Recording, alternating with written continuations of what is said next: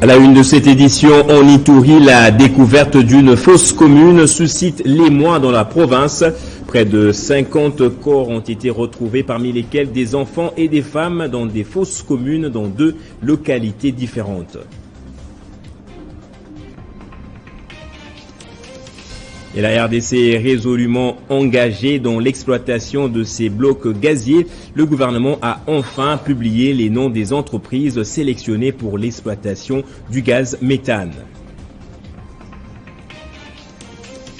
Et le franc congolais connaît une dévaluation depuis la fin de l'année dernière. Quelles en sont les causes? Pour le gouvernement, il s'agit de la préférence généralisée pour la devise étrangère. Et pour le professeur Godé Mpoï que vous allez suivre, elle est plutôt due à la baisse des prix des métaux dans le monde. Forte mobilisation ce jour en France contre la réforme des retraites à l'appel d'une intersyndicale. Plusieurs milliers de Français sont dans la rue depuis le matin pour protester contre la réforme initiée par le pouvoir en place. Des perturbations ont été signalées dans plusieurs secteurs. Bienvenue dans ce journal. En Ituri, les massacres de populations civiles ne font que s'accroître.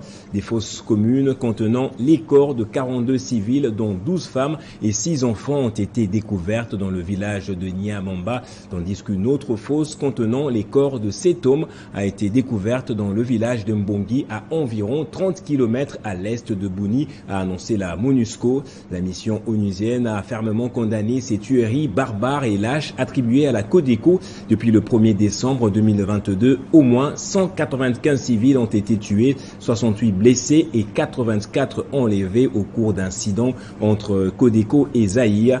Les récentes attaques ont augmenté le nombre de déplacés qui s'élève à plus d'un demi-million en Ituri, et cela a réduit sensiblement l'accès des humanitaires.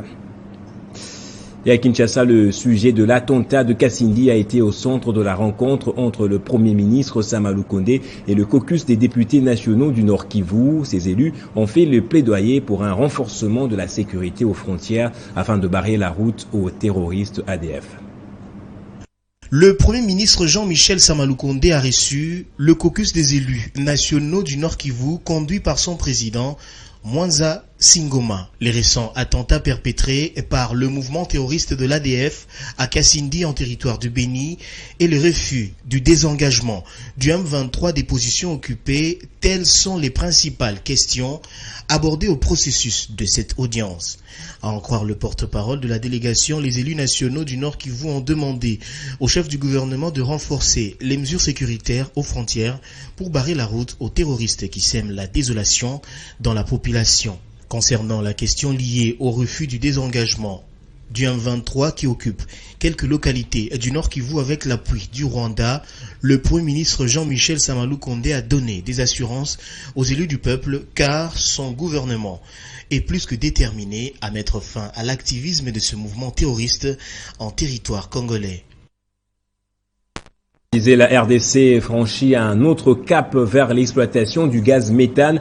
Après l'appel d'offres lancé en juillet dernier, le gouvernement a enfin publié les noms des entreprises retenues pour exploiter le gaz méthane. Il s'agit pour le bloc Makelele de l'entreprise Symbio Power and Red. Pour le bloc Luan Jofu, l'entreprise Alphagiri Energy Corporation, et pour le bloc Idui, l'entreprise Wines Exploration and Production LLC.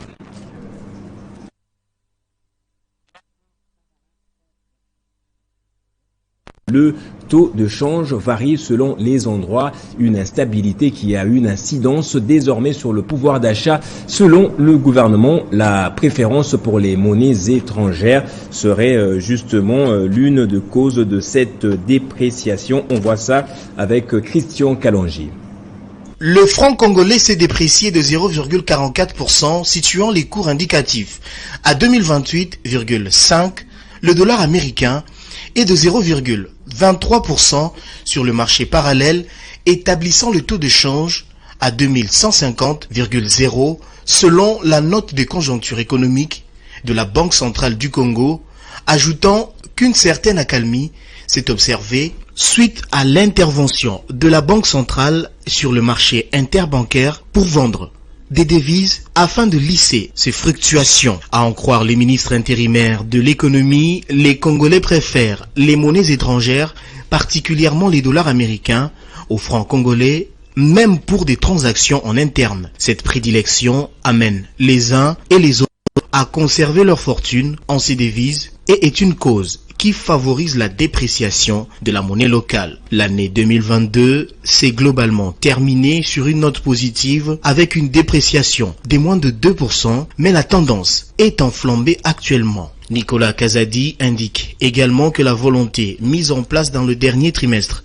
de l'année 2022, quitte à la dédollarisation de l'économie nationale, a eu cet impact sur le marché car une préférence du franc congolais était imposée. Nicolas Kazadi indique également que la volonté mise en place dans le dernier trimestre de l'année 2022, quitte à la dédollarisation de l'économie nationale, a eu cet impact sur le marché car une préférence du franc congolais était imposée sur les dollars.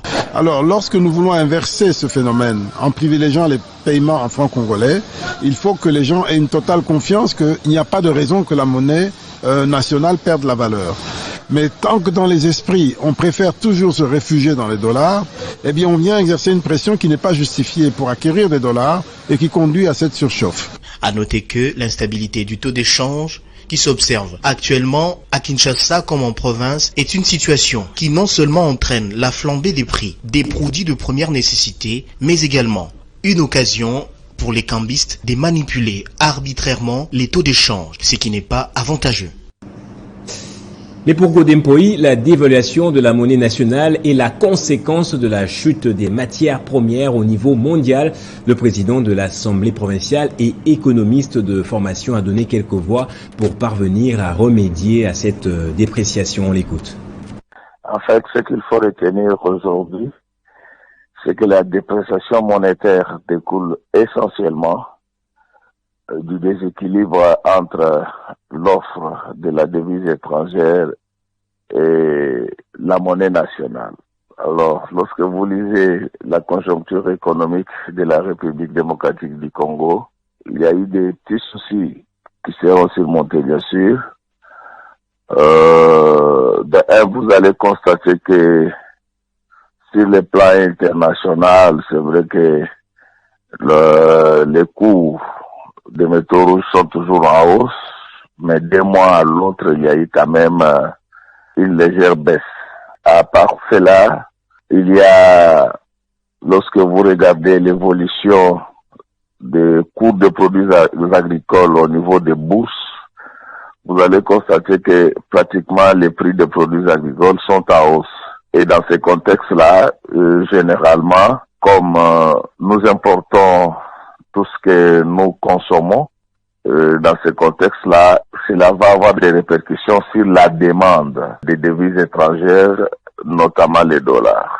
Et ce sont ces éléments conjoncturels qui font qu'il y a une légère dépréciation de notre monnaie, mais je crois que la Banque mondiale, la Banque commerciale a un cadre opérationnel très efficace qui va absorber cela et on va redevenir à la situation normale. Supérieur de l'audiovisuel et de la communication et l'Union nationale de la presse du Congo ont aplani les divergences après la récente polémique qui a découlé dans l'affaire Peter Tchiani.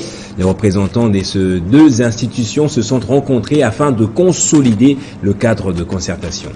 Après avoir présenté les esquisses du comité directeur de l'Union nationale de la presse du Congo au sujet de l'incident créé par la commission de discipline, Gabi Kouba a rappelé la nécessité de redynamiser les cadres de concertation pour atteindre les objectifs ensemble. Nous sommes dans une année électorale et c'est une année très décisive pour nous. Personne n'a intérêt à ce qu'on enflamme la situation à travers les médias.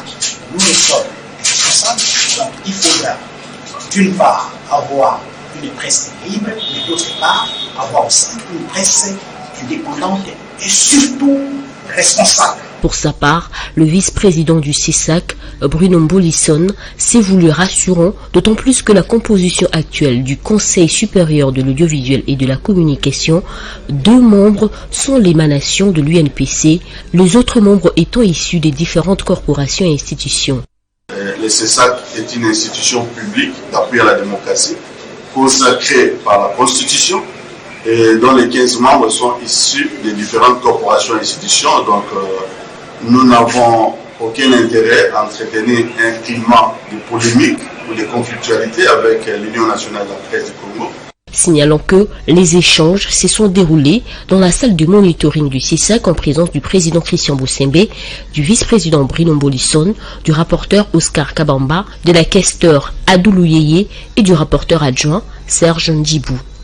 Le président de l'UNPC était accompagné de son adjoint Modeste Chabani et du secrétaire général Jasbeh Kamil Zegbia. La gouverneure de la province du Haut-Lomami a posé la première pierre pour la construction de l'école termitière, une école moderne qui est le fruit du protocole d'accord signé entre le gouvernement et la SENCO en matière d'infrastructure et dont la remise est attendue dans 6 mois. C'est une autre descente sur terrain de la gouverneure de la province du Haut-Lomami. Ces jours, il s'agit de la pose de la première pierre au site sur lequel sera construite l'extension de l'école La Termitière, en présence du prophète, du point focal de la SENCO et plusieurs autres autorités locales. Isabelle Kalenga Mushimbi vise à promouvoir les infrastructures à tous les niveaux. Pose de la première pierre, Léon Moidi, point focal de la SENCO, salue le souci de la gouverneure envers les jeunes. C'est un protocole d'accord entre le gouvernement et la SENCO pour l'intérêt de notre population. Je pense que cet ouvrage qui sera érigé sur place ici, nous venons de suivre l'ingénieur qui nous promet que dans 6 mois, nous verrons cet ouvrage. Je pense que nous attendrons ces 6 mois-là. Nous, en tant que gouvernement, nous allons nous approprier ces activités, ce projet, pour faire le suivi, pour que cela soit réalisé. Je demande à la population de nous accompagner, d'accompagner ce projet pour que cela soit vraiment effectif. Pour Isabelle Kalenga, il s'agit d'un protocole d'accord signé entre le gouvernement et la SENCO. Ces 2 projets se justifient par le fait que la ville de Kamina, étant un chef-lieu de la province du Haut-Lomami, elle est dans l'obligation et l'urgence de se doter des infrastructures et des services, notamment dans les domaines d'éducation, dignes de son statut. Le vicaire général l'a aspergé de l'eau bénite pour recommander la réussite de l'ouvrage aux mains du bon Dieu jusqu'au bout des travaux. Et le gouverneur de la province du Haut-Katanga et coordonnateur de l'Union sacrée dans la province a réuni mercredi les membres des partis politiques et associations de cette famille politique soutenant le président de la République. Au menu, un réarmement des membres pour la réélection de Félix Antoine Tshisekedi à la tête du pays. Sous sa casquette de coordonnateur de l'Union sacrée dans le Haut-Katanga, Jacques Aboulakatoué a voulu par cette rencontre réarmer moralement les membres de l'Union sacrée à mouiller les maillots pour leur candidat Félix Antoine Tshisekedi Tshilombo en prévision des élections du mois de décembre de l'année en cours dans notre pays. Tous les membres ont été invités à redoubler d'efforts, à rester fidèles au chef de l'État et à travailler dans l'unité pendant cette année électorale afin de faire réélire le président de la République Fachi. Pour cela, tous devront prêcher les œuvres du chef de l'État actuel, l'unique arme fatale à même de vaincre les adversaires. Jacques Aboulakatoué a, à l'occasion, appelé les membres de l'Union sacrée au Katanga à s'enrôler massivement. Nous, l'Union sacrée, nous devons continuer à prêcher le président Fachi. Ceux qui sont partis, ils sont partis. Nous qui sommes restés, nous avons ces devoirs d'être ensemble et de militer pour arriver à faire passer le président Fachi. C'est ce qui est essentiel. Le coordonnateur adjoint de l'Union sacrée, Paul Igwabi, a déclaré que l'Union sacrée au Katanga est prête à battre tous les adversaires de Félix Antoine Tshisekedi Tshilombo aux élections de décembre 2023. Nous sommes très convaincus et nous y allons déjà gagnants. Et nous savons que sur le terrain, nous n'avons pas de concurrents qui puissent nous faire front. Parce que c'est Fachi qui va passer comme président de la République. L'Union sacrée au Katanga n'a pas manqué au cours de cette rencontre de mettre en garde les personnes qui ont attaqué à Lubumbashi le siège du parti politique AVC, membre de l'Union sacrée. Et dans le Haut-Katanga toujours, les inondations causées par les pluies sont à la base de la perturbation de la distribution d'eau à Dilolo. Ces inondations, en effet, sont aussi provoquées par le fait de construction anarchique, nous ont rapporté les témoignages sur place. Cette approche le confirme en observant Kinshasa après chaque pluie, où il est impossible de mettre le pied dehors. Dans le Haut-Katanga, le constat est le même. La pluie diluvienne qui s'est abattue du 16 au 17 janvier dernier à Lubumbashi a inondé les installations de pompage de Dilolo en fragilisant ainsi la desserte en eau potable. Les conditions anarchiques des maisons tout autour de cette station seraient la cause de cette situation. Dans l'exploitation des sites, nous avons les zones de protection. À l'époque, on ne vivait pas cette situation à Kimilolo. C'est parce que toutes les zones de protection du site de captage étaient respectées. Mais actuellement, avec la construction anarchique que nous créons chaque jour spoliation des sites régis des eaux, donc là, les zones qui constituaient les protections du site de captage n'existent plus. Il y a maintenant des maisons de personnes qui ont construit d'une manière anarchique. Et maintenant, les eaux de ruissellement finissent la course à la station de Kimilolo, comme nous sommes dans la zone la plus basse du quartier. Et c'est ce qui crée maintenant l'inondation. À la station de pompage de Luano, l'on peut observer la même réalité où la spoliation de sites de la régie des eaux par la population règne en maître. Au demeurant, les inondations en République démocratique du Congo sont principalement dues, selon les experts, aux caniveaux qui ont été dimensionnés depuis l'époque coloniale, qui n'ont pas subi de réadaptation selon l'évolution de choses. Les autorités compétentes sont plus que jamais appelées à suivre de près les différentes constructions qui naissent sur de terrains inappropriés. Et un parti politique vient de voir le jour à Guadolité, chef-lieu de la province du Nord Ubangui, également village d'origine de feu maréchal Mobutu Sese Seko. Il s'agit du parti Agir pour le développement du Congo nouveau ADCN en sigle du député national Justin Dédé Kodoro. La cérémonie s'est déroulée mardi 17 janvier.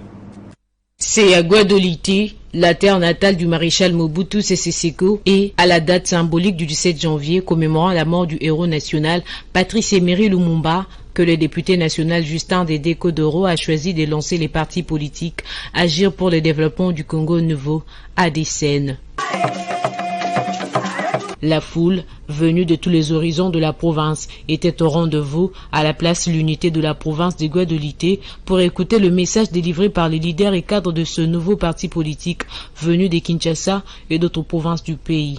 Ce parlementaire, qui n'a pas pu faire les déplacements de Guadolité, faute de vol disponible, a fait une communication téléphonique durant laquelle il a inscrit cette nouvelle formation sur les traces de l'ancien président Mobutu Sese Seko et de l'ancien premier ministre Patrice Emery Lumumba. Sur place, Adrien Bois, Jérémbo, président de l'ADCN, a pris le relais pour enflammer la foule et présenter la vision du parti axée sur le développement de l'homme congolais et du Congo avec comme corollaire la paix, les bien-être social, l'unité nationale, la lutte contre la pauvreté, l'éducation pour tous, la santé, pour ne citer que ceci. Notre parti annonce sans attardement son soutien indéfectible et sans faille à la candidature de son Excellence, Monsieur le Président Félix Antoine Tshisekedi Tshilombo. Appelons la population à un enrôlement massif pour permettre au parti d'être représenté à tous les postes électifs. Le député national Dédé Kodoro a réaffirmé son soutien au président de la République, Félix Antoine Tshisekedi Tshilombo, lors des élections générales prévues en décembre 2023. Et dans la capitale, le président de la Fédération nationale des jeunes de l'Union pour la nation congolaise, UNC, Yves Nsoual, s'est fait enrôler mercredi dans la commune de Mongafula à Kinshasa, où il a profité pour sensibiliser la population de ce coin de la capitale. Yves Nsoual s'est offert un bain de foule dans cette partie de la capitale où plusieurs personnes l'ont accompagné jusqu'au centre d'inscription de la CENI. S'adressant au public, les leaders de jeunes du parti politique Chara Vital Kamere UNC a sensibilisé sur la portée de remplir ses devoirs civiques. Je profite de l'occasion pour sensibiliser la population, surtout les jeunes, de tenir aussi leur carnet. Parce que les élections, le choix qu'on doit opérer en 2023, dépendant aussi du cadre de l'État. Il faut tenir le cadre de l'État, il faut être éligible à pouvoir choisir les dirigeants. Voilà pourquoi on dit que cette année, la magie, c'est la jeunesse. Jeune, vote jeune. Toujours dans la même optique, d'essayer préparé pour les échéances électorales de 2023, cette fois-ci, c'est à Matadi, principale ville de la province du Congo central, où le porte-parole adjoint de l'UNC, José Ntegika, a lui aussi obtenu sa carte d'électeur, tout en conscientisant sa base à s'enrôler.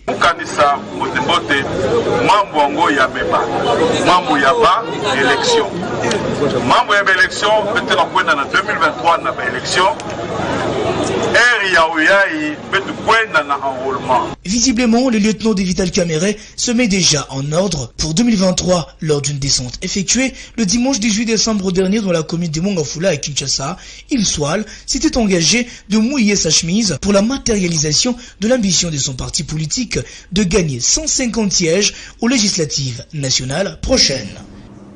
Et sur le continent africain, le vice-président gambien Badara Alieu Diouf est décédé des suites d'une courte maladie en Inde où il suivait un traitement médical.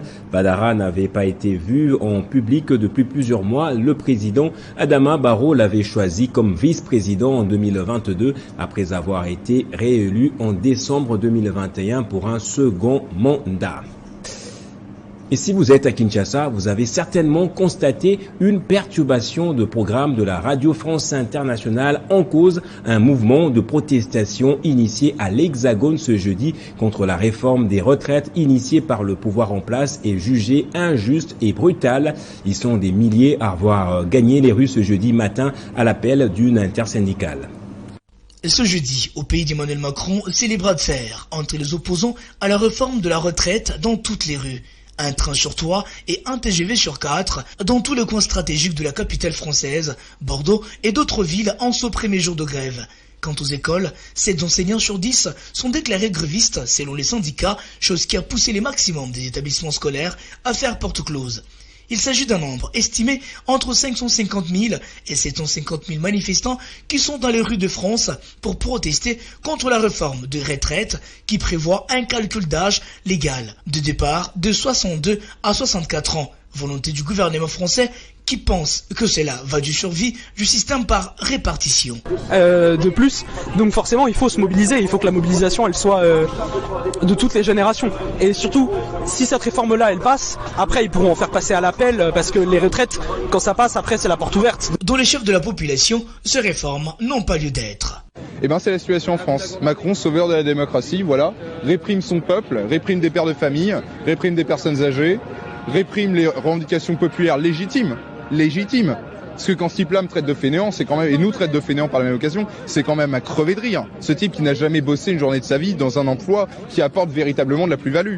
D'aucuns rejettent le chapeau sur Emmanuel Macron en jugeant leur démarche de légitime, signalant que plus de 200 points de rassemblement sont prévus en France. Les autorités françaises attendent donc 50 000 et 80 000 personnes dans la rue à Paris. Et en sport à présent, les léopards de la RDC ont été accrochés pour la deuxième fois de suite au CHAN Algérie 2022. En match de la deuxième journée, les Congolais ont été contraints au partage du point par les Ivoiriens 0-0. Un nœud de plus pour la République démocratique du Congo, oui. Mais l'espoir d'une qualification en quart des finales demeure dans un groupe B où l'Ouganda mène encore la danse. En précision, mauvaise approche. 0 but partout au stade du 19 mai à Naba face à la Côte d'Ivoire en dépit des multiples changements opérés par Otis Ngoma, côté congolais. Vous les avez vus comme moi, hein, donc il y a eu un net progrès dans l'ensemble de l'équipe. Il y a eu beaucoup de changements, je crois 4 joueurs par rapport au dernier match. Pour les sélectionneurs des Léopards A', il ne fallait pas s'attendre à un miracle. L'impréparation de la RDC paye cash. Moi, si j'avais préféré l'équipe expérimentée, tout à fait aguerrie, et parce que simplement on n'avait pas le temps de préparation. Avoir beaucoup de jeunes, il faut les préparer aussi. Avec quelle préparation on a eu pendant du moment où vous avez annulé des stages et des stages annulés? Les éléphants, eux, qui revenaient d'une défaite, n'ont pas pu faire mieux. C'était un match décisif pour les deux équipes. On savait que l'équipe du Congo n'était pas facile à jouer, ça on savait. Et nous n'avions pas le choix. C'est la deuxième carte que nous avions à jouer. Le verdict sera rendu le 22 janvier prochain à l'issue de la troisième et dernière journée de ce CHAN d'Algérie. La RDC devra à tout prix battre le Sénégal pour maximiser ce change de qualification tout en tenant compte du résultat du match entre l'Ouganda et la Côte d'Ivoire. Et pour terminer, le tout-puissant Mazembe féminin a évalué sa saison dernière au cours d'une assemblée générale ordinaire à Lubumbashi. Tous les rapports ont été adoptés à l'unanimité. Le financier renseigne un budget de plus de 30 000 $. C'est en toute sérénité qui s'est déroulée l'Assemblée générale ordinaire des Mazembe féminins à Lubumbashi. Le rapport financier est lu par Étienne Mumba, secrétaire sportif, qui renseigne un budget de plus de 300 000 $ américains, ce qui aura permis au Corbeau d'Âme d'être le premier club de la RDC à participer à une phase finale de la Ligue des champions de la CAF. Une récompense des prouesses déjà réalisées au pays depuis la création 2 ans déjà, un motif de satisfaction pour les comités dirigeants. Au nom de notre président de la coordination, j'ai cité le président Moïse Katumbi Chapwe. Je voudrais ici féliciter nos joueuses qui ont fait l'honneur à notre pays et avaient défendu dignement et honorablement les noms de TP Mazembe sur le plan international. Et cela va de soi avec le staff technique qui avait fait preuve de sa technicité et du sens d'abnégation pour notre équipe. Et les autres rapports administratifs ont été adoptés à l'unanimité. Voilà, justement, corrigé avec moi, il s'agit plutôt d'un budget de plus de 300 000 $, comme c'est dit dans le reportage. Place au rappel des titres à présent.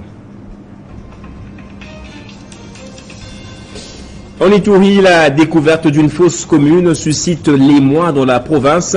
Près de 50 corps ont été retrouvés, parmi lesquels des enfants et des femmes dans des fosses communes dans 2 localités différentes. Et la RDC est résolument engagée dans l'exploitation de ces blocs gaziers. Le gouvernement a enfin publié les noms des entreprises sélectionnées pour l'exploitation du gaz méthane. Et le franc congolais connaît une dévaluation depuis la fin de l'année dernière. Quelles en sont les causes pour le gouvernement? Il s'agit de la préférence généralisée pour la devise étrangère et pour le professeur Godempoï, elle est plutôt due à la baisse des prix des métaux dans le monde. Et dans le monde, forte mobilisation ce jour en France contre la réforme des retraites. À l'appel d'une intersyndicale, plusieurs milliers de Français sont dans la rue depuis le matin pour protester contre la réforme initiée par le pouvoir en place. Des perturbations ont été signalées dans plusieurs secteurs. Place à la revue de presse à présent.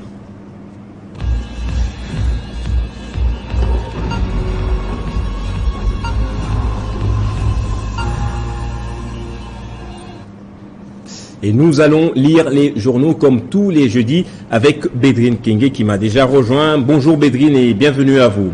Bonjour Gaëtan, merci. À la une des journaux parus ce jeudi, la position de la RDC face au non-retrait des rebelles M23 des zones conquises dans l'Est.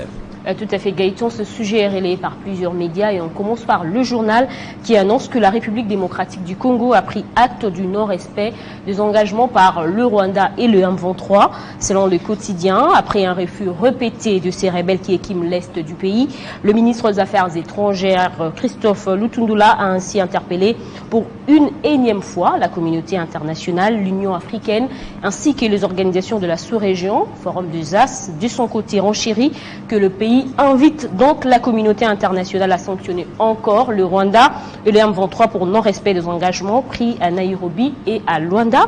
Et pour boucler ce sujet, Casinfo.ca a écrit « La RDC est prête à toute éventualité et se défendra par tous les moyens », prévient le gouvernement. Par ce faire, le gouvernement assumera toutes les responsabilités constitutionnelles pour sauvegarder l'intégrité territoriale ainsi que la souveraineté de l'État congolais et assurer aussi la sécurité de ses populations. Et nous allons revenir dans cette revue de presse sur les propos de Jean-Lucien Boussa tenus lors de ses meetings à Guémena et dans d'autres coins du Nord Ubangui. Décidément, le ministre du Commerce extérieur tient à laver son image auprès des autorités, surtout qui auraient tractation pour le remaniement ministériel et aussi devant ses futurs électeurs, surtout que l'année 2023 étant une année électorale, raison pour laquelle Jean-Lucien Boussa a rejeté en bloc toutes les accusations nous renseignent la prospérité. Dans ses colonnes intérieures, le confrère ajoute que le ministre du Commerce extérieur a démenti et a affirmé que les propos séparatistes lui attribués sont montés de toutes pièces et ont été créés en dehors du contexte pour l'exposer au mépris de l'opinion nationale et internationale. Par contre, le journal assène pour sa part qu'après le blâme du chef de l'État est voué à vendique populaire concernant des extraits de vidéos de son dernier meeting à Guémena, Jean-Lucien Boussa dément avoir tenu des propos xénophobes et l'avenir de conclure que les détracteurs de Jean-Lucien Boussa veulent simplement les discréditer et que la cause n'est que la guerre du leadership entre les deux acteurs sur terrain, à savoir celui du MLC Jean-Pierre Bemba Gombo et du CDR Jean-Lucien Boussa, pourtant tous membres de l'Union sacrée de la nation. Et on va terminer cette balade des journaux par ce sujet qui continue de faire l'actualité. Oui, Gaëtan, à moins d'une semaine de la clôture de l'enrôlement, plusieurs personnes, notamment à Kinshasa, ne se sont pas encore fait enrôler par la CENI. Certains Kinois souhaitent d'ailleurs que la CENI reporte la date de cette clôture, question de leur permettre de s'acquitter de leurs devoirs civiques. Illustration avec la caricature du journal La Prospérité. Mais la CENI, Gaëtan, ne s'est pas encore prononcée jusque-là. On attend justement. Et Congo Nouveau, de son côté, note que des opérateurs politiques profitent de l'enrôlement des électeurs pour se faire prévaloir et anticiper donc la campagne électorale. Et parmi ces personnes qui ne se sont pas encore fait enregistrer, il y a vous notamment, Bétrine? Pas du tout, je me suis fait enrôler depuis le 31 décembre 2020. Ok, il y a très longtemps alors. Ouais. Merci beaucoup, Bétrine, pour cette revue de presse. Merci à vous autant. Et c'est par ici que se referme ce journal. Merci à vous également de l'avoir suivi. L'actualité reste en continu sur votre chaîne. Ah, mais moi je pensais que je n'avais pas la carte pour se parler là-bas. Bon.